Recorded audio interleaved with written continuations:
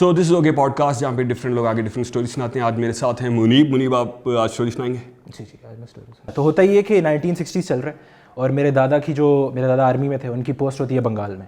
तो वो अपने बीवी बच्चों को साथ लेके जाते हैं, उनको वहाँ पे एक घर मिलता है, ठीक है। और उनको वहाँ पे कुछ बाद मिशन मिलता है बंगाल में कि उनको जाना है इंडिया में एज अ टी चेकर नहीं होते, उनके पत्ती के बाग उन्होंने चेक करने, ठीक है।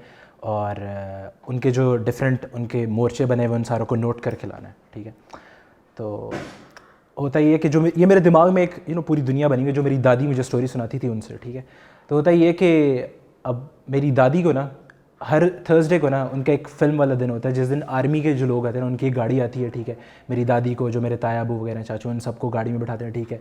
वो लोग बाज़ार जाते हैं, वहाँ से शॉपिंग करते हैं, ठीक है। और उसके बाद सिनेमा जाते हैं, एक फ़िल्म देखते हैं और उसके बाद वापस आ जाते हैं, ठीक है। हर जुमेरात को इनकी एक्टिविटी।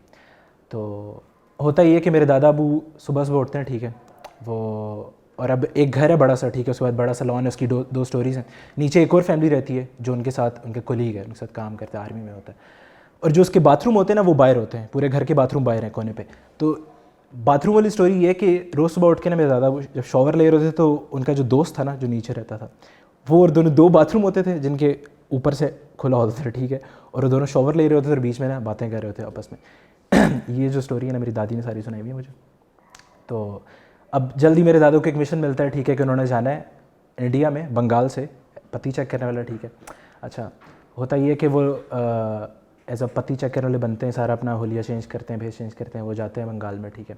वहाँ पे वो 2 दिन रहते हैं, डिफरेंट पत्तियाँ चेक करते हैं, ठीक है, पत्ती के बाग चेक करते हैं और उसके बाद जितने भी उनके मोर्चे वो नोट कर लेते हैं। अब मोर्चे जब नोट करते हैं वापस आते हैं, ठीक है। और फिर जो वहाँ के सारे जो बंगाल की आर्मी वगैरह थी उन्होंने फिर उधर ही वो अटैक करते हैं, ठीक है। और आई बिलोंग फ्रॉम सियालकोट। वहाँ पे एक गांव है पंचग्राई। मेरे दादा जान की वहाँ पे ज़मीन एंड ऑल दैट, तो ही इज़ अ फार्मर और वहाँ पे। सो मेरे फादर ख़ुद भी खेती बाड़ी किया करते थे जब वो पढ़ रहे थे और जवान हो रहे थे।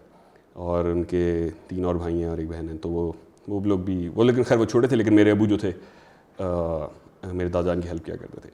बट हमारे गांव में इस तरह कुछ इतना पढ़ने लिखने का रिवाज नहीं था उस ज़माने में, सारी बात बहुत पुरानी बात है। बट मेरे जो दादा जान हैं, ही मेड श्योर कि उनके सारे बच्चे पढ़ें। ख़ास करके मेरे अबू चूँकि सबसे बड़े थे तो उनको तो स्कूल में डाला, कॉलेज में भी डाला। और BSc के बाद ही सेड टू माई फादर कि अब बहुत होगी पढ़ाई, सो इस तरह करो, तुम बस करो और अब आ जाओ और मेरे साथ हेल्प करो गाँव में, ये ज़मीनें वगैरह संभालो and all that. But my father decided कि नहीं, मैंने आगे और पढ़ना है। It was a bold decision मेरे फादर का कि नहीं, उन्होंने अभी पढ़ाई जारी रखनी है। And it was very difficult for him to convince his father, यानी मेरे दादा जान, कि यार नहीं मैंने पढ़ना है और आगे मुझे इसका फ़ायदा होगा। नॉट ओनली दैट, उन्होंने MSc किया, MSc मैथ्स, उसके बाद MPhil मैथ्स किया कायदा यूनिवर्सिटी से।